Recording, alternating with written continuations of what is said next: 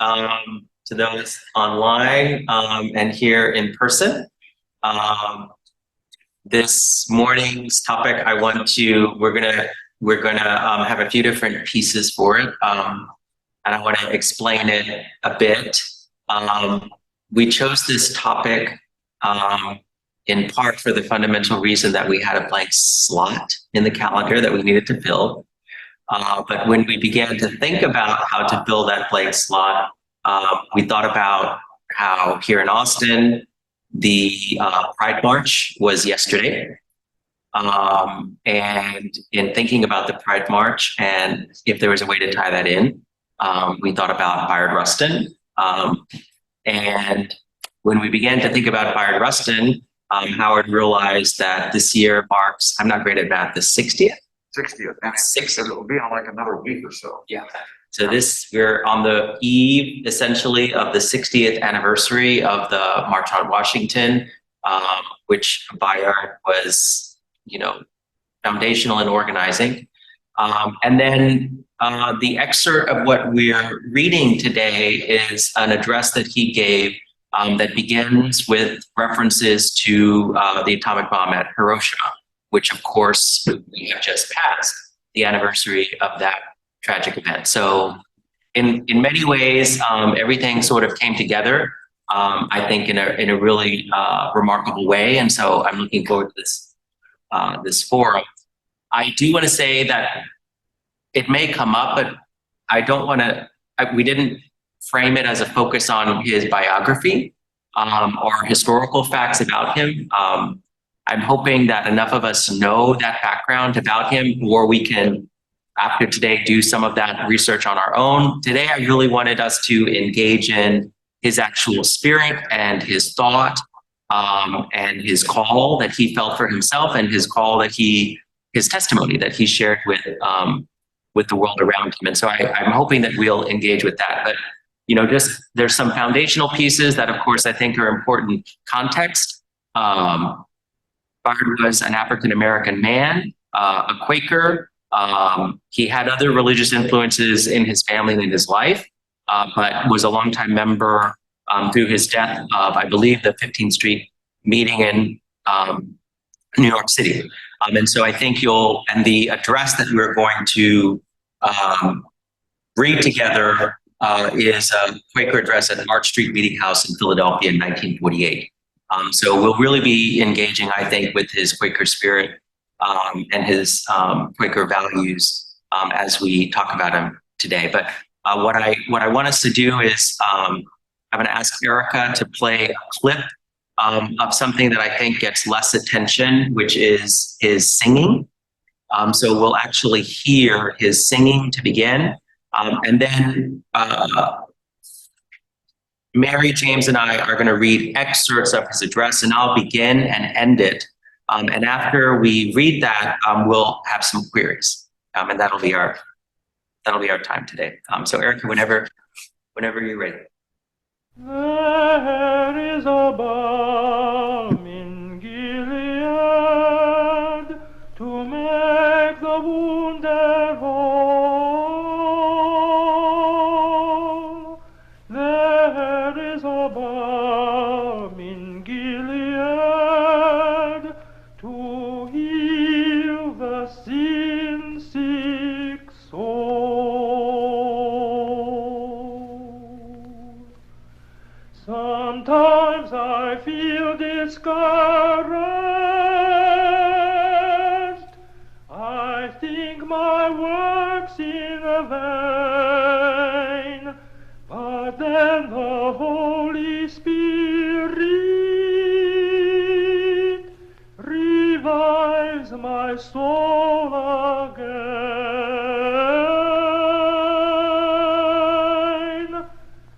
There is a balm in Gilead to make the wounded whole.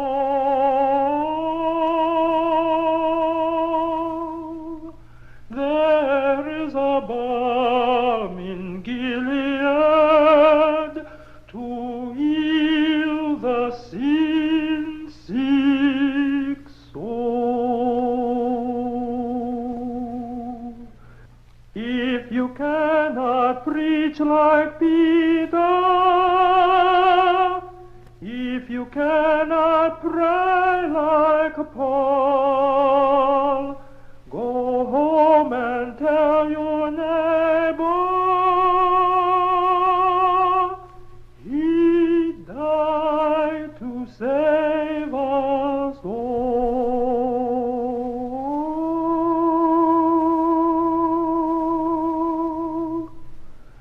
There is a balm in Gilead.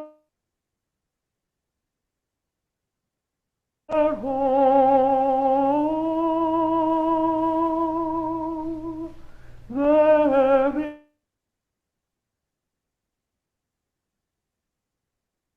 to heal the sin-sick soul.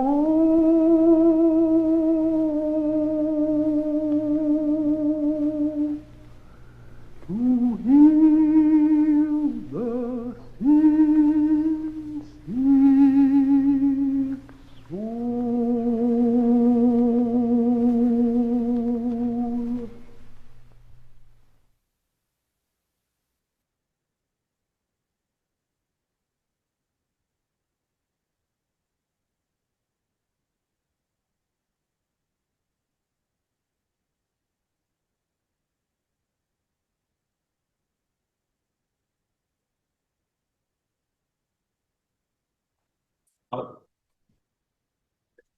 And having heard Bayard's voice, we'll read in our own voices the words he spoke.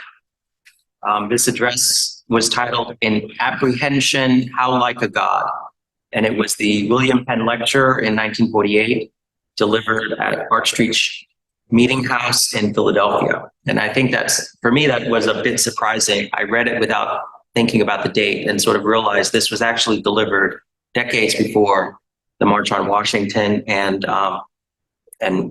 rather early in what we think about his public history in the ministry that he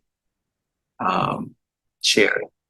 So I will begin, followed by Mary, followed by James, and then I'll end the address. And these are excerpts from what in total would be 11 full pages, double-sided. So there's quite a bit to this address. We are taking only pieces of it.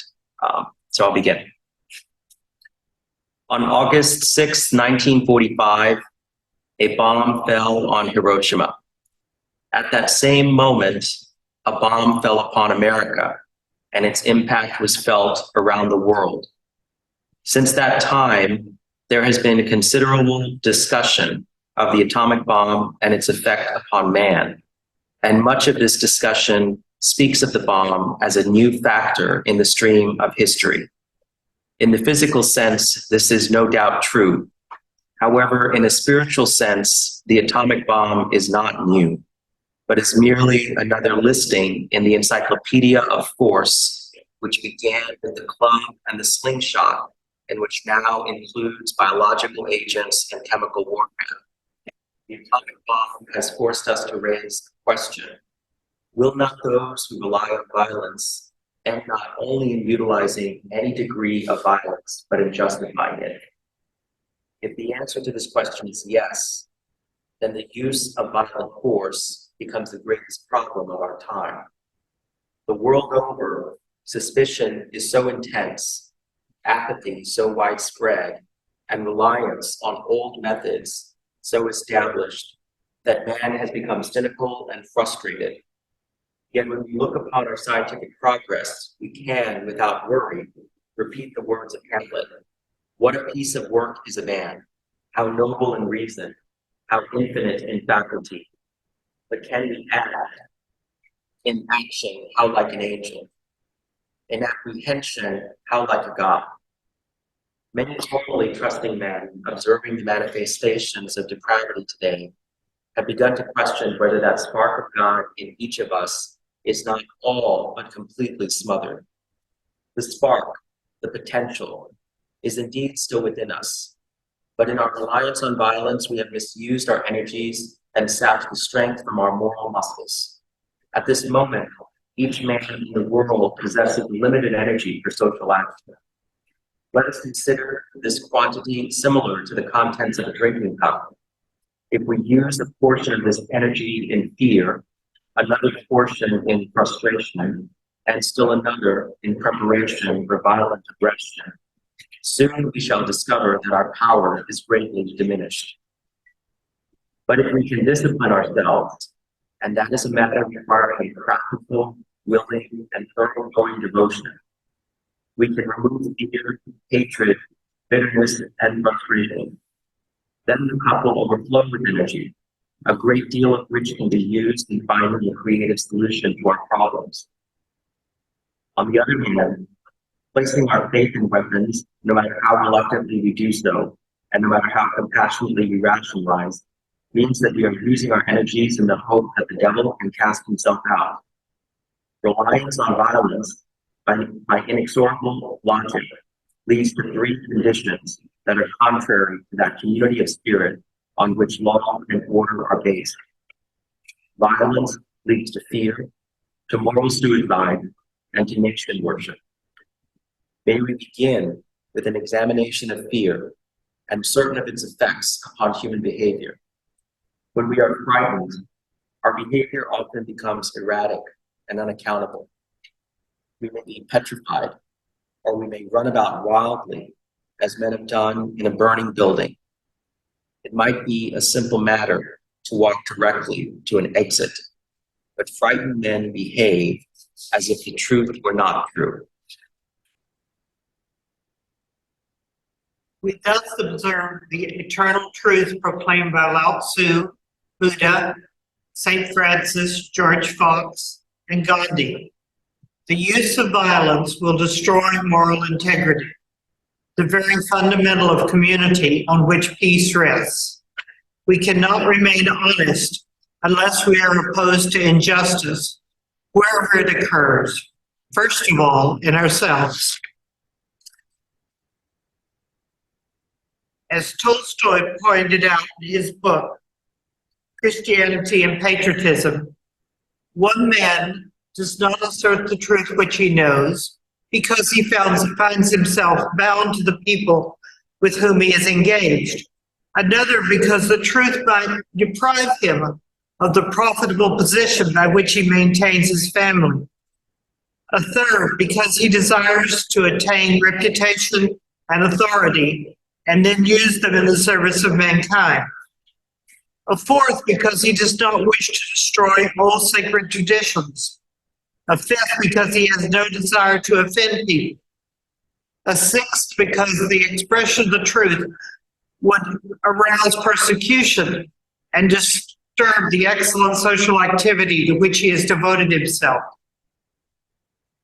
For these and other reasons, we have failed in the past to identify ourselves with all men. Now we have no choice but to do so if we are to survive. We have reached that stage where only a miracle can save us, the miracle of individual responsibility. Individual responsibility is the alternative to violence. Individual responsibility is capable of overcoming fear. It is capable of converting nation worship back to the Judeo-Christian tradition and ethic. It is capable of reestablishing moral integrity. How can we begin? We can begin by opposing injustice wherever it appears in our daily lives. As free men, we can refuse to follow or to submit to unjust laws which separate us from other men, no matter where they live or under what government they exist. It would, however, be a mistake to make simple the matter of resistance to the state.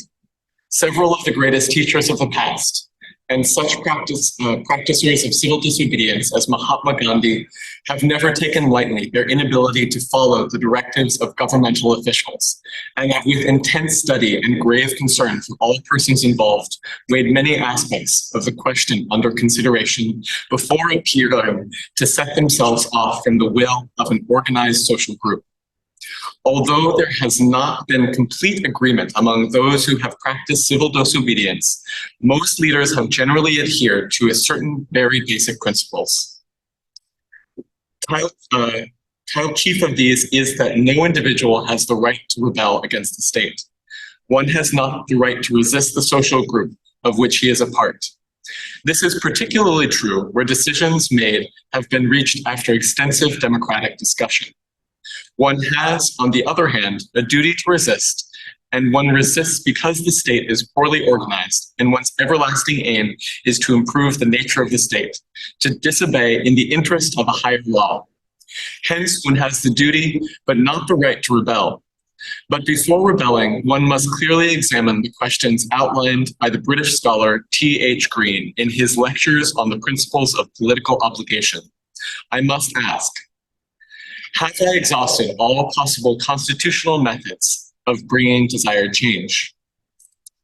B, are the people I ask to rebel keenly conscious of a flagrant wrong to them, or do I exceed their passions? C, what is likely to be the effect of the resistance? Will the new state be worse than the first? And D, what is my own motives? Have I removed all ego? To these, one must add another. Can I accept punishment, prison, or even death in that spirit which is without contention?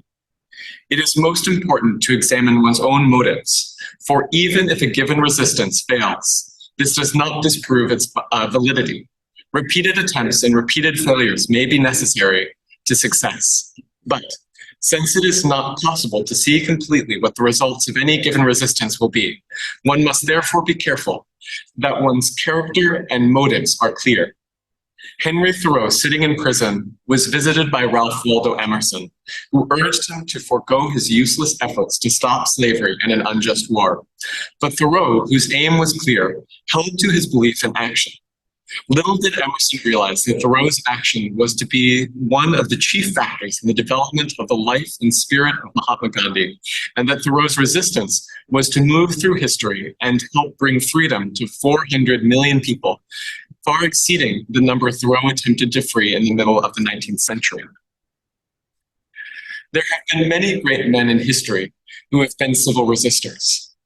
All who have resisted have seen clearly that social progress is made through simultaneous change in men and in the environment in which men find themselves.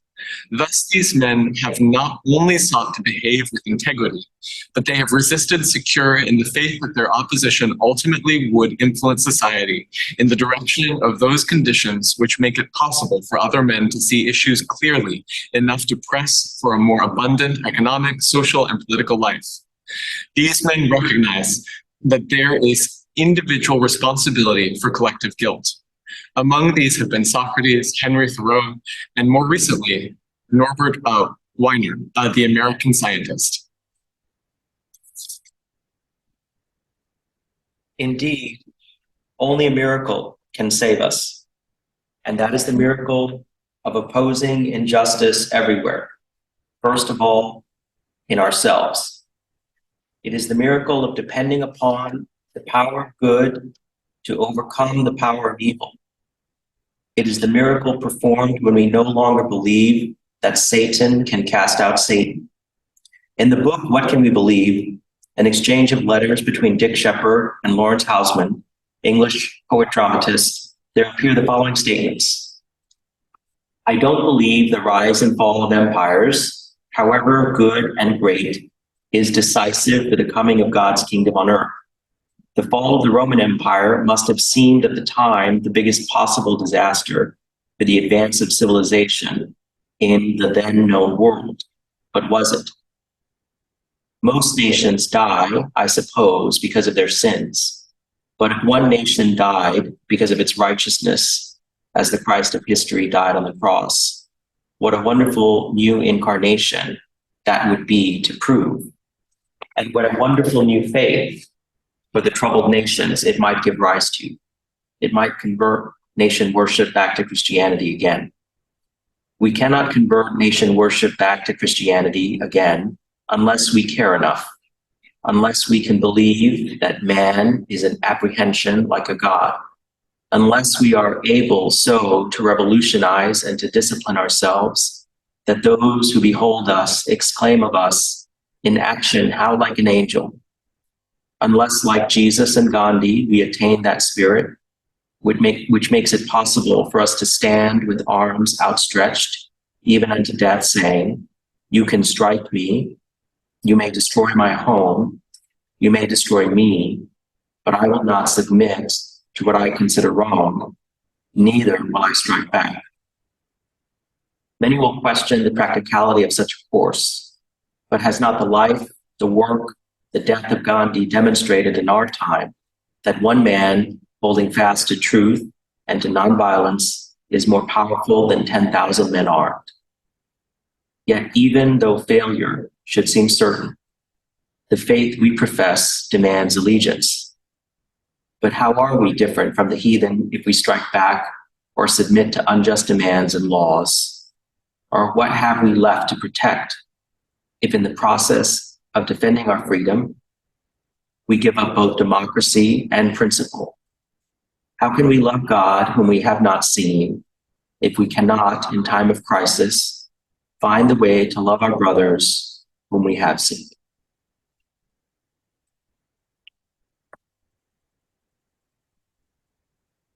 So I invite us to sit with the query, and there may be others, but the query being, what wisdom does Rustin share with us and its relevance for today and our lives?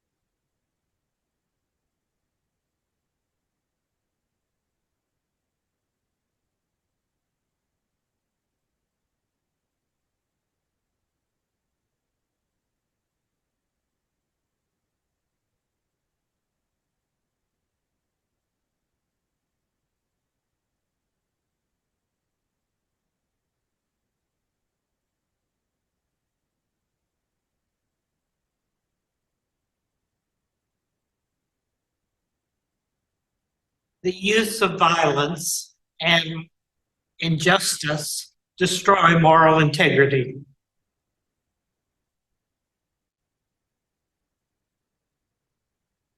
Sometimes I felt so downcast about the world situation, but after hearing this statement, knowing that there's others that are struggling for miracles in the world is uplifting to me.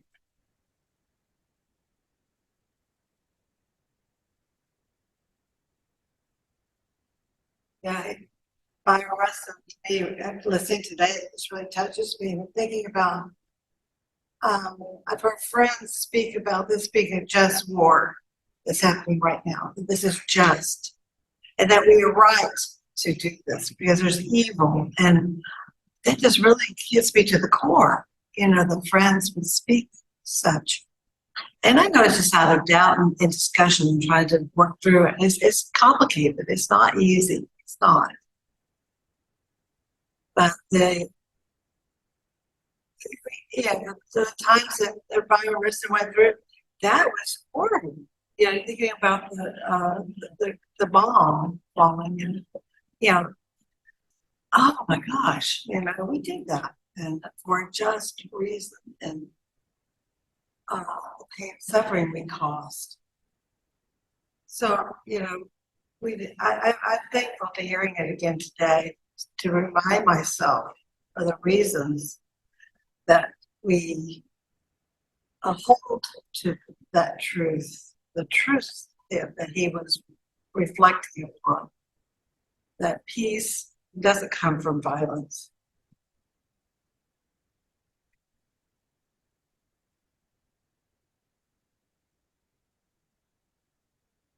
That movie was so upsetting to me. I couldn't watch the whole thing. I had to leave.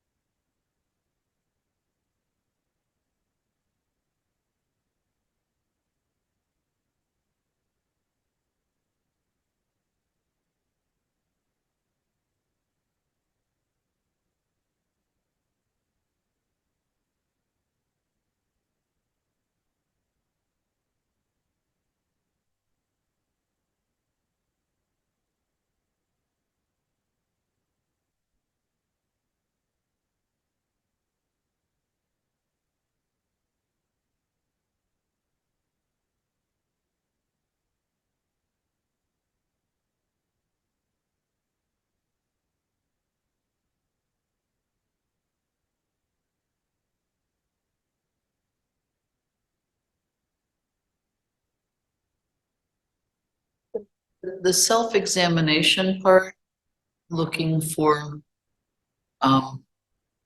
violence in oneself. I mean, I don't have to look very far. And he's talking about discipline to change oneself. Right? Did I hear that correctly? Did I hear that correctly? I mean, it was very dense. The reading was very dense. Did I hear it correctly that he was talking about using discipline to change oneself? That's what I heard. Okay. I am open to suggestions. I am seriously open, inviting suggestions as to how to change myself.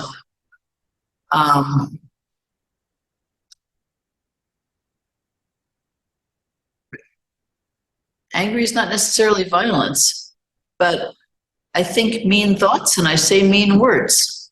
That's kind of violence. I mean, the thoughts maybe not so much, but the words definitely, they have an effect.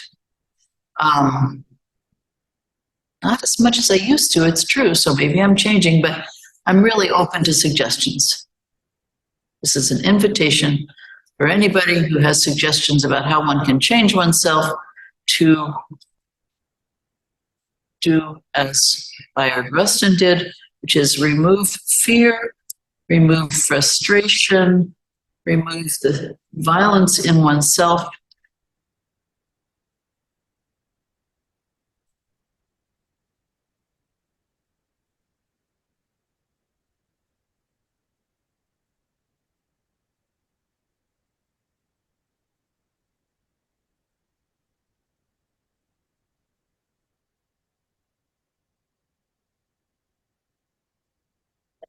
Part to it. And that is, the woman quote about examining oneself to see if the seeds of war, examining one's belongings, to see if they have in them the seeds of war. And a lot of us have examined our bank accounts, for example, to see if we're invested in some dreadful munitions company, for example. But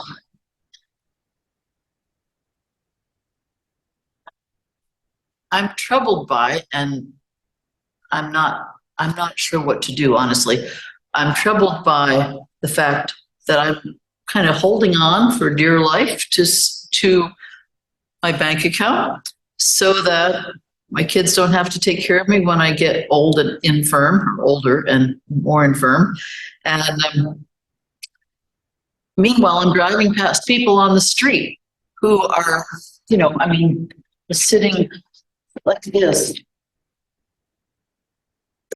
and I think that is an example of lack of moral integrity on my part.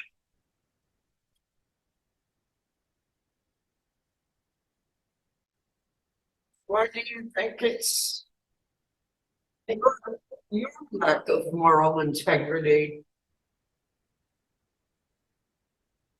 I'm not doing anything to help a situation that might be helped by $5 or a bag of food.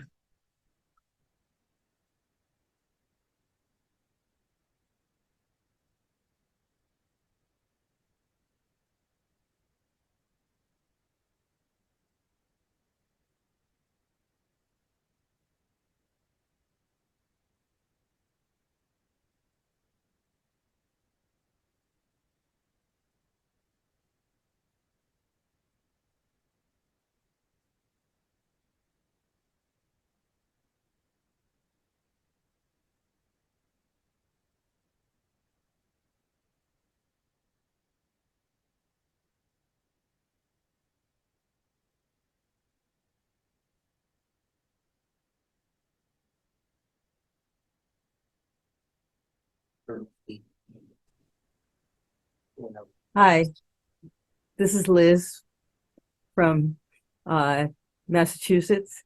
I've been reading recently some books by Philip Haley. He's a philosopher. He was a philosopher. A 20th century person. He began his life by studying evil. And then he discovered the town of Le Chambon, which had saved thousands of Jewish children and adults and others during the Second World War. And he saw a way of doing good. And he himself struggled with the evil and good and what he should do in his life.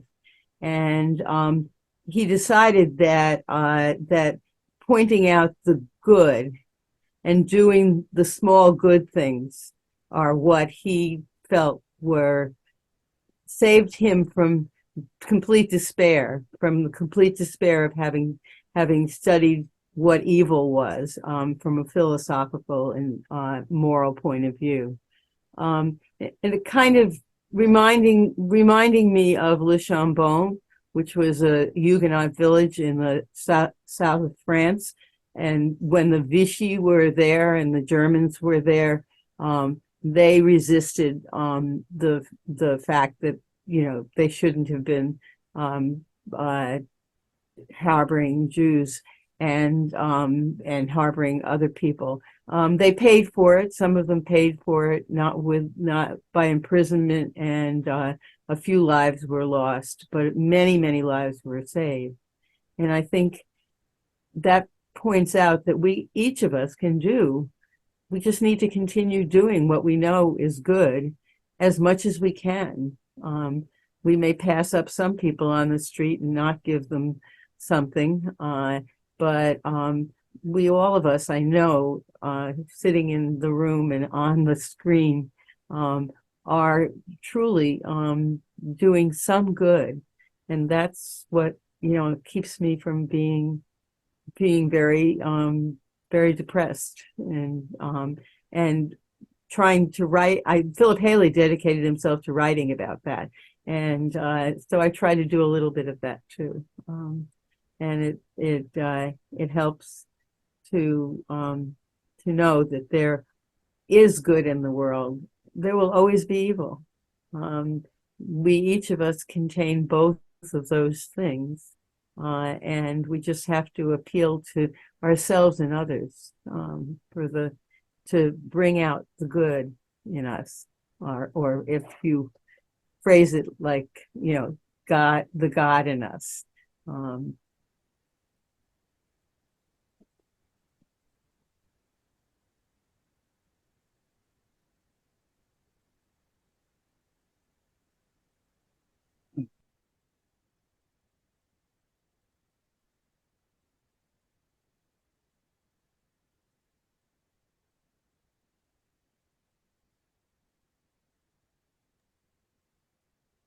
Well, in this regard, if I'm close enough to the mic, I wanted to remind us that whoever we are, we have to struggle with our peace testimony. It doesn't give us easy answers, and there's no common answer that we can expect to assume without struggling within ourselves about it. And late in Bayard's life, he had a real struggle around the Vietnam War. He did not support the war, but he did criticize the anti-war movement heavily because he felt that they were too aligned with the Communist Party. The group with which he was associated, A. Philip Randolph, they primarily took the position of support for President Johnson. So there was a great deal of ambiguity, and he left many of his friends and colleagues. I remember discussing this with Dave McReynolds of WRL, left them somewhat bewildered. So we can only guess what was going on. I think that he genuinely struggled with the evil, as he saw it, the evil of communism and the evil of the war. And rather than take a firm position, he left all of us to our struggle, as he did.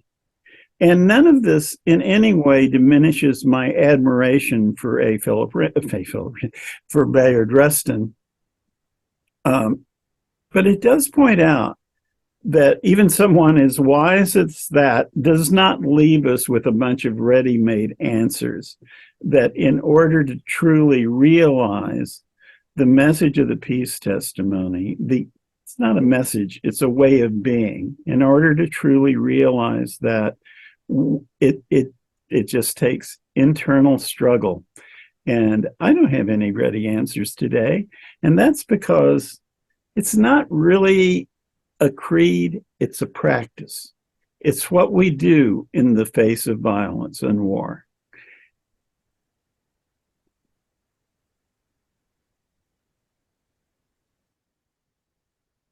I'm reminded that the line between good and evil, if you can draw, a clear line between them, runs through the middle of all of us. And I think trying to externalize the evil so that we can oppose it doesn't completely work. We have to acknowledge, for instance, that fear and anger are very primal, visceral things that come upon us. They almost seem like they come from somewhere external to us when they happen. And we can't deny our fear and our anger because they're inside us. But we do have to acknowledge them. I think that's a lot of where the difficulty of the peace testimony comes from. Because if I think, as Terry said, if we understand it right, it's not just a cut and dried thing, because we can't just draw that line between good and evil in ourselves and then expel the evil just like that. We have to sit with it. We have to figure out how to master it, perhaps. And I think that's part of that might be again, as Terry said, you can't talk about what was going on in someone else's mind. It might be part of what was going on later in Bayard Rustin's career. That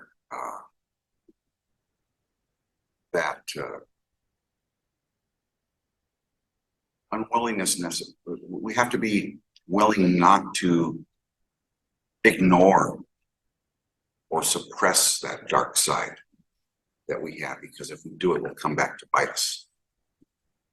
And so it's a fine line, because there's no clear answer to how you do that.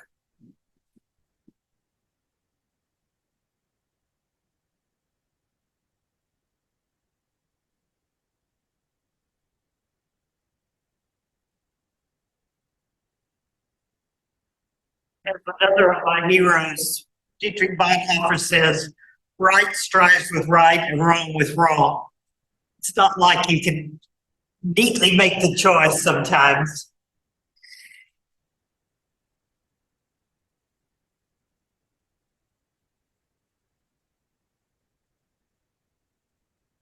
For me, one of the powerful insights of the Tao Te Ching is that you can never escape both the light and the dark. They intermingle, they are part of all it is, and that in the midst of the darkness there is the light, and in the midst of the light there is the darkness. That symbol of the end are very, very important for us to keep in mind in our own hearts, our own minds, our own lives, that we can never eradicate or do away with or remove those elements that make us human.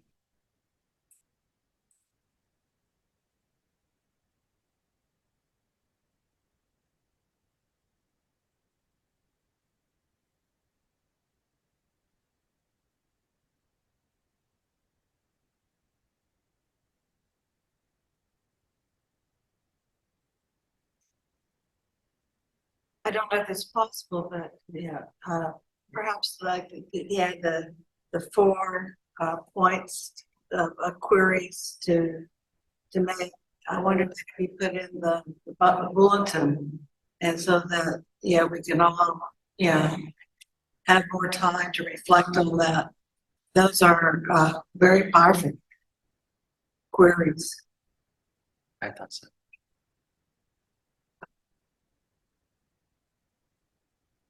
Maybe get it up on a mirror in the morning and look at it.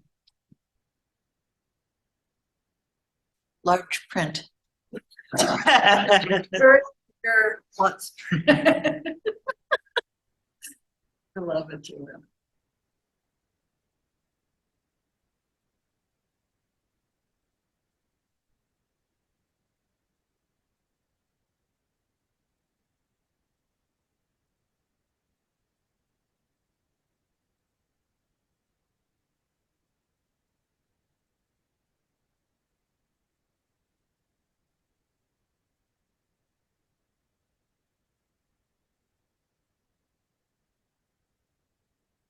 For me, something that I found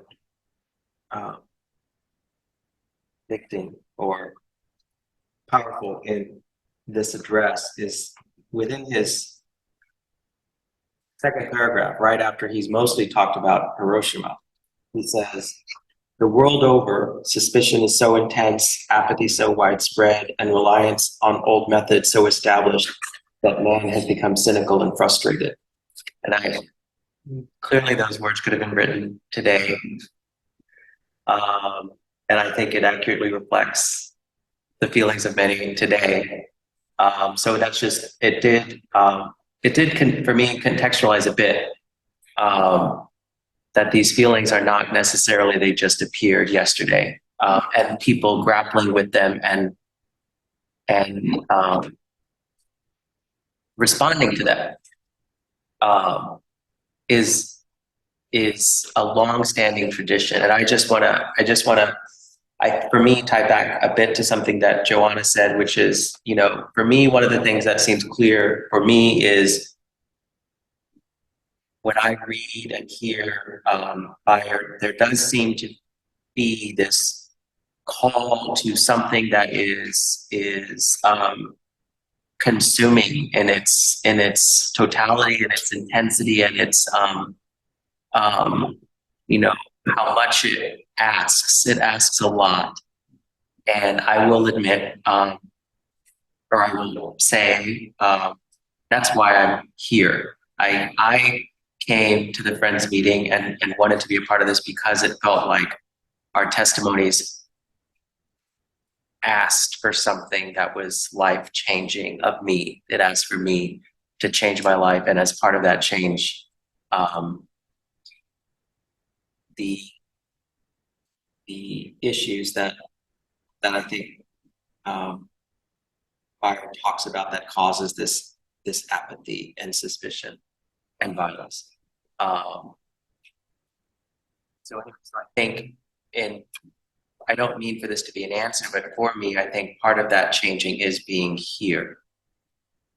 And frankly, being inspired by everything that everyone said, in part because it reminds me of the next line that he says, "The spark, the potential is indeed still within us." So thank you. Is that fair? We've got about a minute. Okay. Are there any closing thoughts from anyone? Tell me the name of the guy who wrote that again. I missed the beginning. Bayard, Rustin. And this was his 1948 William Penn lecture in Apprehension, How Like a God. Thank you.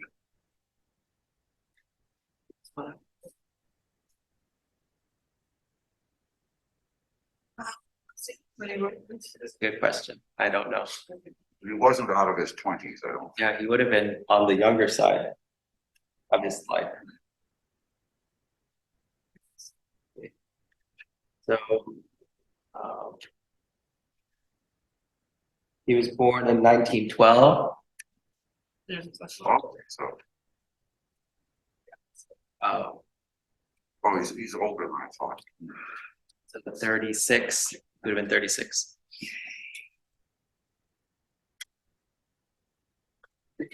It's interesting that the pamphlet was published by the Young Friends Movement. And of course, there's, In 1948 or recently? In 1948. Oh. and of course, he wrote and spoke and sang a great deal more. I only, like, the recordings of his music, I'm sure have been around, but when I look at the dates, they were like put on the internet. It says 2022. So there's a lot of his music, probably over an hour's worth, in a lot of like 20 different songs. Anyway, so I definitely recommend exploring his music as well as his writing. I think it offers something. I had no idea it was recorded music. He recorded. I don't know if any of them are He's his. sang it or played it. He might have played two, because there's a particular instrument that's being used that he might be playing. Yes, yeah. So I don't, Difficult instrument. yeah. So I don't know if he's there's- like There's several there. He did write music. He played music. He actually did it somewhat almost professionally at some point. There's a wonderful young people's book about Bayard Rustin that's in our library. And so I don't. Maybe Mary was going to say this, but it's a really good biography of him. Even though it's a young people's book. So I suggest people look for that in the library. I can't remember the word. Name down for me. What was that? it was an aside, I think. Okay. But he was very much of a musician, but he spent a lot of his life training people in nonviolence, working for Fellowship of Reconciliation. We also, anyway, we need to stop. Sorry. Thank you, though. Thank you, everyone. I think we'll transition to preparations for our meeting for work. When people want to keep going. Thank you both.